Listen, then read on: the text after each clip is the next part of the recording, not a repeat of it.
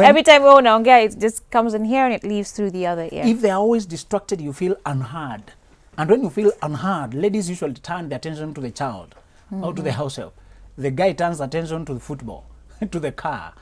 So if you realize that I don't hear you repeatedly, I've been asking, sorry, I missed that, sorry, I missed, you should raise it up. I notice that what I'm saying is passing you frequently. Are you okay? You know, bring it up. Don't imagine that I'm ignoring you on purpose. Yeah. Okay.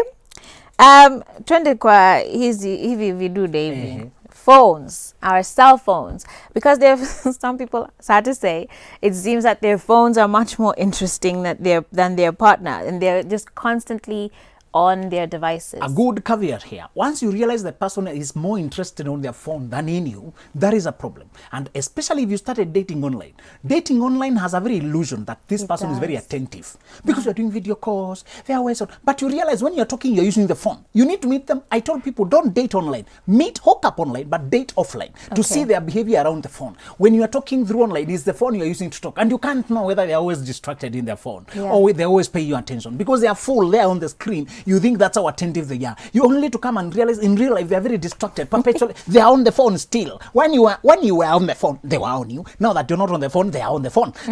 So you need to confirm whether the person is distracted. Now, if you're already married and their bit is coming up when you're already married, you need to bring it up until. And there are people who decide no phone moments. There are people who deliberately. We are not legislating here. We are saying look for a way to concentrate on each other and distracted perpetually by phones. In fact, I hear a lot of married couples, like when they first get married, I have friends who decided the first day of their marriage, there was no TV in the house. Look at that. Can you imagine? Because they were like, we're going to build this. The wife doesn't want to hear a story as G football. The husband doesn't want to hear stories as soap opera. So they actually made a pact that they would not have any TV in their house. And you've noticed that actually, if you flow with the news, you might be stressed throughout because you have so much corona to report. We have so much outbreaks to report. Many things they are important to keep us updated, but you also need to focus on each other. So it may be radical to remove the TV, but we are saying do whatever it takes, the both of you, as long as it's mutual.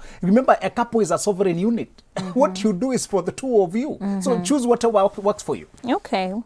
There's also people, though, in our next test, if you find yourself just constantly fighting over very little insignificant things, especially measuring on the minor, arguing over things that you'll have to apologize later and realize it was actually trivial.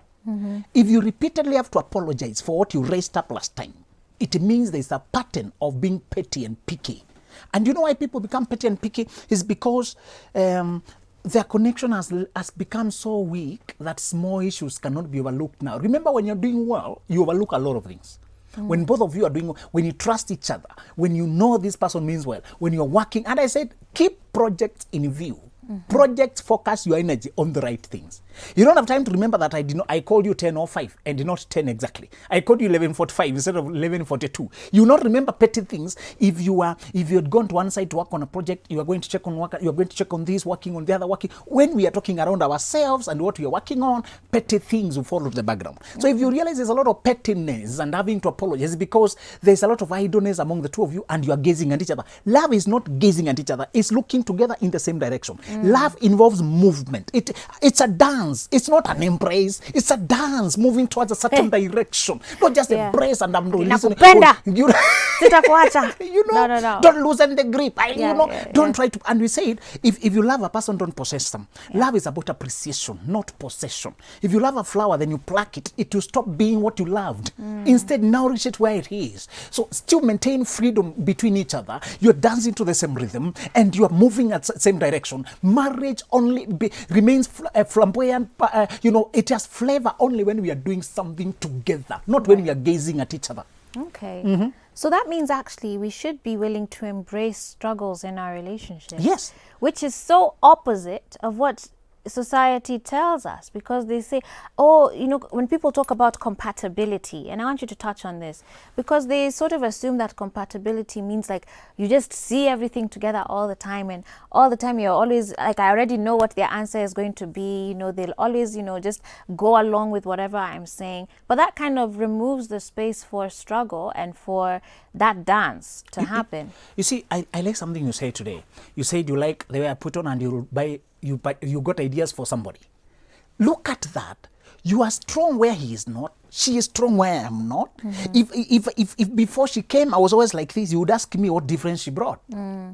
So one area we are not the same is because she's strong in aesthetics, and she just dreams about it. You find her searching about it every time. Look at how alert you are yourself to ideas. Oh, that's a good idea. I think I can try that on him.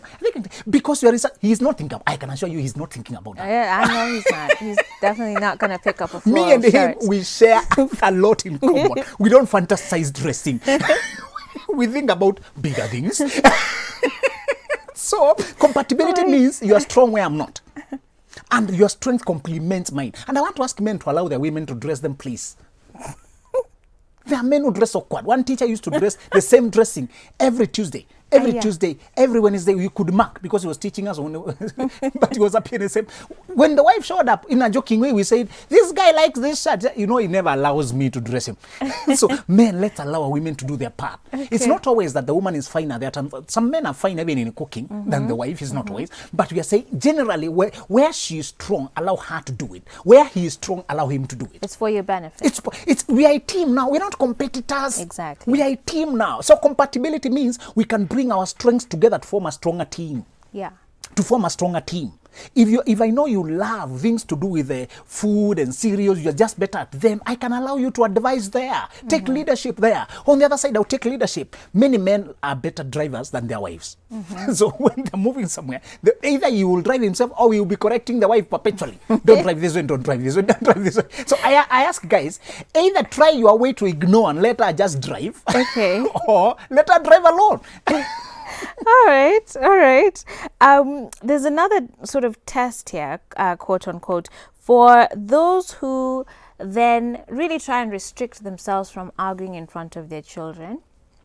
But as soon as wamefunga mlango, hell breaks loose. Hell breaks loose. We want to tell people, yes, it's okay not to argue in front of children because it's very scarring for them. There are those people who shout on top of each other's voice when children are there or throw things. That's very traumatizing for the child. The child depends on the stability of the home to survive, to know that the world is safe. But if there's chaos at home, they feel vulnerable to everything. So it's true you should argue away from children, but I want to ask you not to postpone differences. There are people, they don't handle it in front of child, but they also refuse to handle it away from the children. Do not sweep differences under the carpet perpetually, because when they build up, they'll blow up. There's no need to bottle up things that you cannot even communicate. I tell people that you can survive without arguing. Joyce, when you tell couples that you don't need to argue. Yeah. People make arguing so normal. Do you know when you're arguing, you're likely to say something foolish. You're not in control. You're emotionally worked up. You'll have more things to apologize about. And you're not listening to me. You're only listening to what you can answer. So when you realize that you're getting emotionally worked up, one of you, the maturer one, should go down. And I always tell men, because we are given more rational, men have a strong ability to differentiate rational and emotions. Okay. And I always ask them to be the first ones to back down. Okay. Don't raise your voice, man. Just improve your argument. It's the rain that grows the flowers, not thunder. Yeah. So wait for a time and listen to what she was saying. Okay, you are saying this. I thought that's how it's different. It's better even to chat WhatsApp. And I ask couples to always have a WhatsApp group where you are alone. To structure your messages before you send them so that you can reread them and let them cool down. Absolutely. Please don't send 20 pages. Yeah. Benjamin, my time is going so fast.